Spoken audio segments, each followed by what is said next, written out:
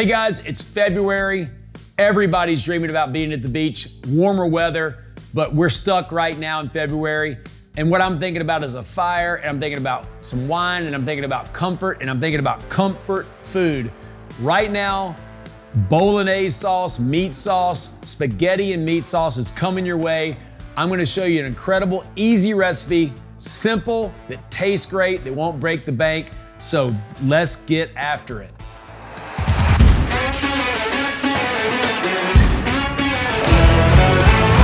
How about that, boys and girls? Woo! All right, you guys, the first thing we're gonna do, we're gonna start with our hamburger meat. And again, you can substitute this for wild game if you have wild game.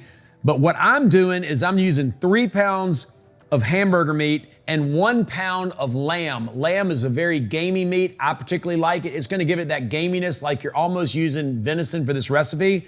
And this recipe that we're making tonight is gonna be for about 8 to 10 people. So here we go. We've got a hot skillet right here. We're gonna put this meat in here. And the purpose of this is we're just gonna brown this meat. And we're gonna just let it sizzle and do its thing right here. What we are gonna do while we brown the meat, we're gonna add some garlic salt and some regular salt, just to get some salt going in it and to start that process, because we're gonna add a lot of liquid later. Okay, so we're just gonna break this meat up. It's important that you get this broken down because we want it crumbled, we want it crispy, and we're gonna mix all this together, and then we're gonna just scrape the bottom of the pan, and that's gonna ultimately get all of this meat in a perfect form, so when it goes into the sauce, it's nice crumbles that you'll actually taste in the sauce itself later on down the road after we cook it. Again, with any cooking, don't be scared. This looks like a lot of stuff here. There's a lot of things going on here. It's a very simple recipe. You just gotta not be scared to dive in there, try it. You're only gonna learn how to cook if you have an interest to learn how to cook and you're willing to take a few chances. And if it doesn't turn out the way you want it, don't let that be a deterrent. Keep getting after it and have fun with it. Okay, I've got the meat spread out in the pan. We're gonna let it do its thing for a minute. And now let's talk about how we're gonna prep some of these greens and things that we're putting into this sauce. Every sauce starts with what's something that's called a mirepoix. That's a French term. And basically what that means is it's carrots, celery, and onions, a little garlic. And I'm actually gonna add a red bell pepper for flavor because it has a little bit of sweetness in it, and I like that. So here we go. The carrot. Cut the carrot in half. On a smaller carrot like this, which is a normal size carrot, all you need to do is cut it into quarters. Cut it once, turn it over, cut it twice. You've got 4 pieces.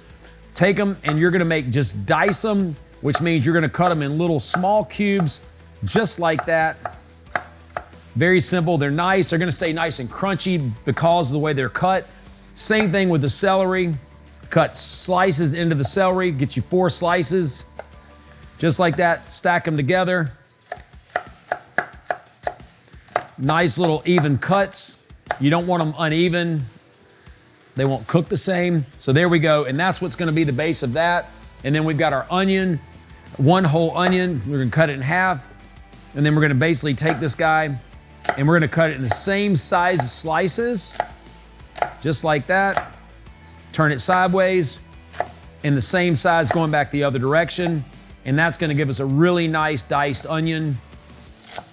Turn it over like that if you need to.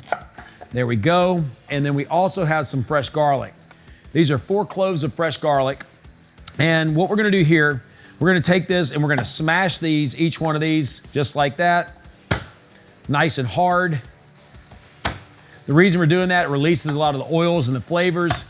Much better for cooking. And then simply just dice this up. They make some garlic presses and things like that. If you don't wanna get it on your hands, it will leave a little bit of a smell. All right, so we've got our garlic. We've got our onion, we've got all that ready to go. And now let's cut this pepper. So a pepper, very simply, cut it in half down to the end, just like that. Break it apart. Take your hands and just pull the inside piece out like that. And the stem out on the other side and any remaining seeds. Very simple. Just take it and make similar size slices just like you did in the onions, the carrots, and the celery. and then turn around and dice them. Really simple. Use a sharp knife. Don't cut your fingers off. Keep your fingers cupped. There we go. So that's how we dice and slice for our sauce. Let's get back over here, and we're gonna just continually turn this meat over and over and over again until we break it down, continually pressing it and getting it into smaller, much smaller pieces. All right, you guys, the burger is almost ready. And look, this does not have to be ground beef and lamb. This can be venison, it can be whitetail, mule deer, elk, anything you want, pronghorn, doesn't matter. Any kind of ground meat is what we're looking for here. We're gonna take it out, drain a little bit of liquid off, put it in a bowl to set aside. Very simple, gonna get that done. And we're gonna leave this liquid in the pan, and that's what we're gonna start cooking our mirepoix or our vegetable mixture with in just a second. So we're gonna set that aside. Now, this is all the chopped up vegetables we had. It's gonna go in here in that burning hot mixture of grease from the meat. There we go. Now, we're gonna take this bad boy. Look, let's just mix it around in there. That garlic's gonna start cooking. It's gonna start smelling really well, the onions. And we're gonna cook this on a high temperature right here and let it start really sweating down and reducing itself to a point to where we can get this sauce really rolling. Nice. So what we're gonna do here, we're gonna also add a little bit more garlic salt, regular salt, a lot of fresh ground pepper. You can never have enough fresh ground pepper. Bam. All right. And we're gonna go a little bit of oregano.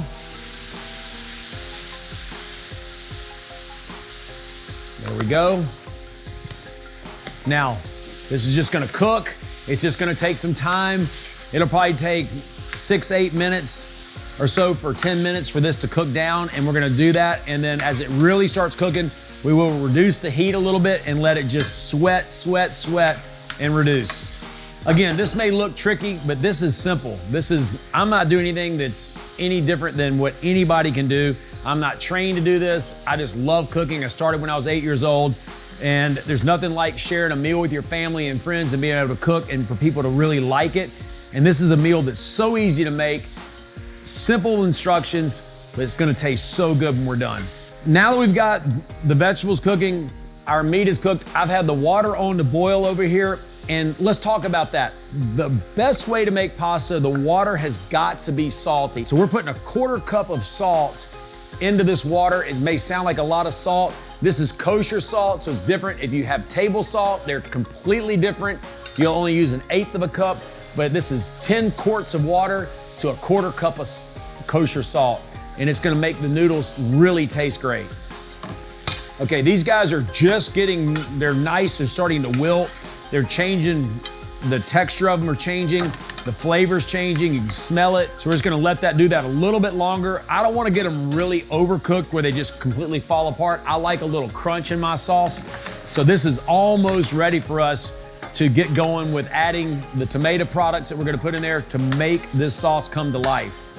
All right, you guys, the vegetables are basically done. So what I'm gonna do is called deglazing the pan, which means nothing more than dumping some wine in there and scraping the bottom to get all that goodness off the bottom. This is about a 1/4 cup of red wine. It doesn't matter what you're using. And here we go. We're just gonna scrape this off the bottom, just like that, to get everything that's in there that's been in that pan.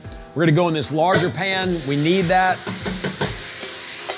because we're gonna add the tomato licks, the tomatoes in there as well. So here we go. We got that there. Here goes back. Our meat is going back in just like that, and all our tomato products. So what we have here is pureed tomatoes, which is just nothing but tomatoes just ground up nice and thick. Gonna have a nice thick sauce. There we go. We've got some diced tomatoes, some right here off the farm, another one out of the can, just like that. Tomato sauce. And we're gonna get a little bit of tomato paste. There we go. Perfect. Now,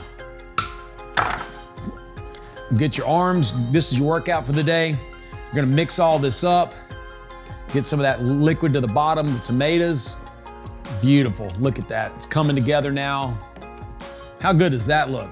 Last thing, bay leaf. I'm gonna grab a bay leaf, dump it in there, and then we're gonna cover this bad boy and let it simmer for at least 30 minutes. Can cook up to an hour, depends on how hungry you are, but we're gonna wait about 30 minutes and cover it and let it do its thing and get those flavors together and check back.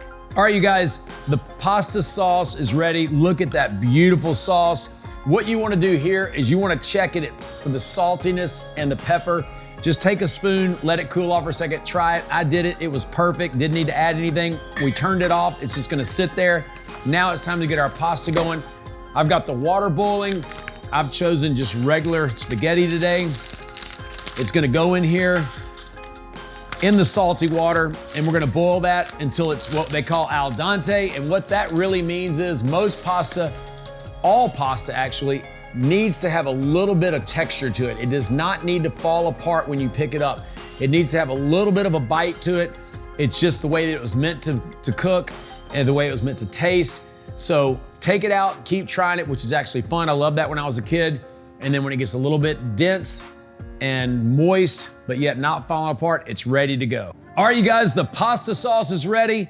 The noodles are ready. We're gonna dump these out, strain the water off of them, and then we're gonna put all this together and have a blast.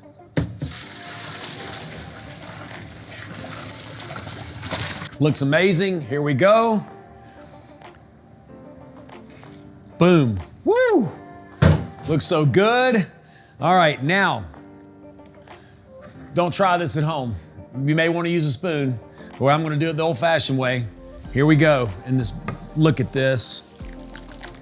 That's the way we go right there, making a little bit of a mess, but you know what? It's my casa. How about that? All right, so now we've got some fresh grated Parmesan, a whole block of Parmesan cheese. You can get it at Sam's, Costco, anywhere, really inexpensive, but a lot better than the stuff that comes out of the can. We're gonna take a liberal amount of that all over the top of it. Just have fun with it. If you like cheese, just keep rolling. You can put this rest of it on the table and let everybody get their own cheese, but that's gonna make a beautiful presentation right there.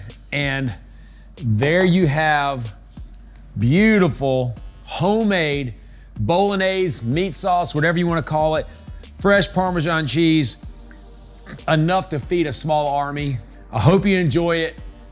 Treat your friends, have a big party, and enjoy the rest of this winter.